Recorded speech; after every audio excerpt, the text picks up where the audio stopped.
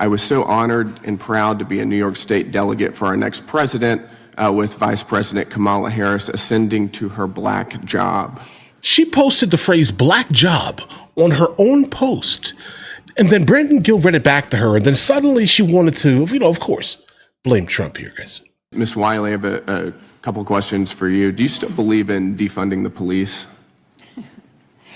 I believe in public safety, and that means driving dollars to where we're most likely to prevent crimes from happening and ensure that we have responsive law enforcement that doesn't violate people's rights and it prevents crime. Does that mean driving dollars away from law enforcement?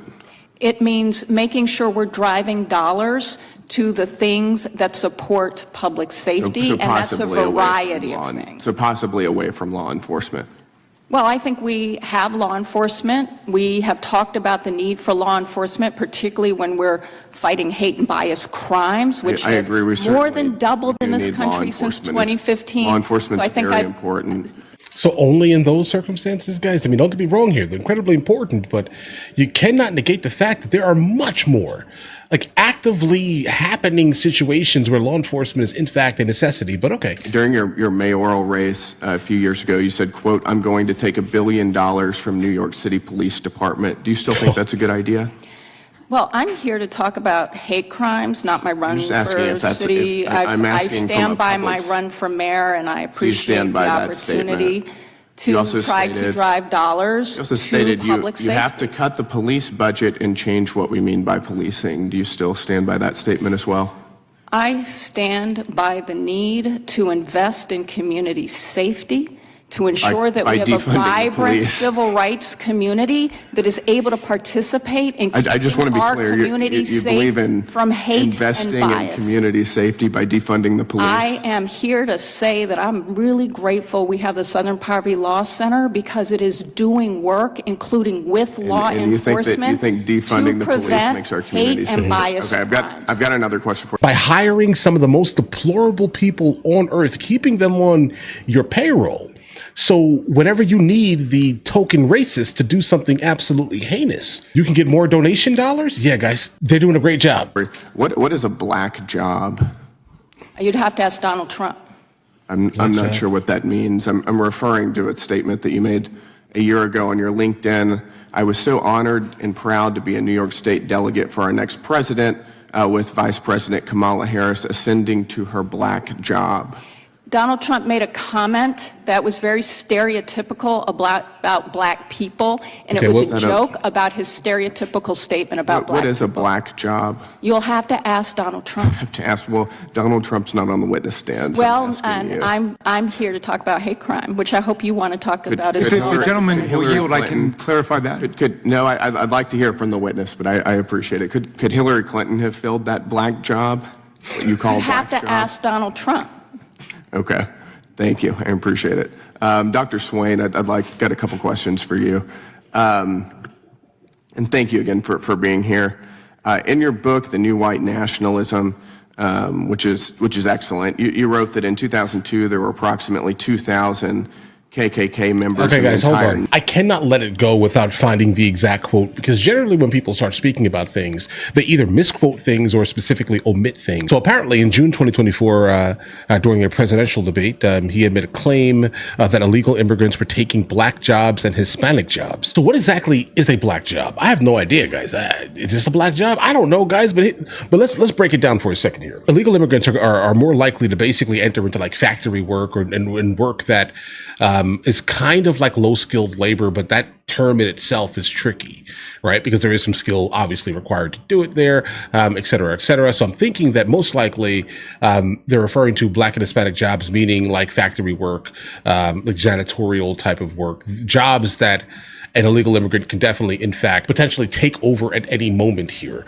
That's kind of the energy that I'm actually pulling from it. I'm not pulling anything that's actually crazy here, other than the fact that there are a good amount of people in the United States of America that are working in these type of jobs that can definitely be kind of overtaken here. And if we look at some of the locations where a good amount of illegal immigrants are being placed, they're not being put into like the north side of Chicago, guys. They're not. They're being put into the south and west side of Chicago.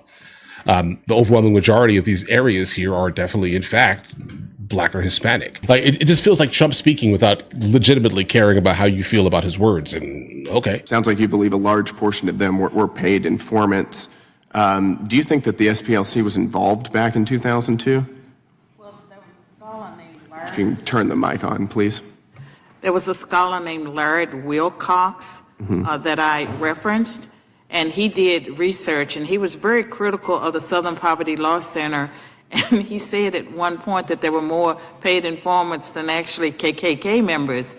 And I would concede that the Southern Poverty Law Center was very successful as far as bankrupting the neo-Nazis and the KKK. So I would concede that. I agree. But I will also argue that as early as 2009, when I wrote the article that triggered the Southern Poverty Law Center, at that time, the new Black Panther Party was patrolling the polls, I think in Philadelphia, and they were intimidating white people, and they had sticks in their hands, and the Southern Poverty Law Center had not labeled them as a hate group. And so in the blog, where I ended with, instead of monitoring hate groups, the Southern Poverty Law Center has become one.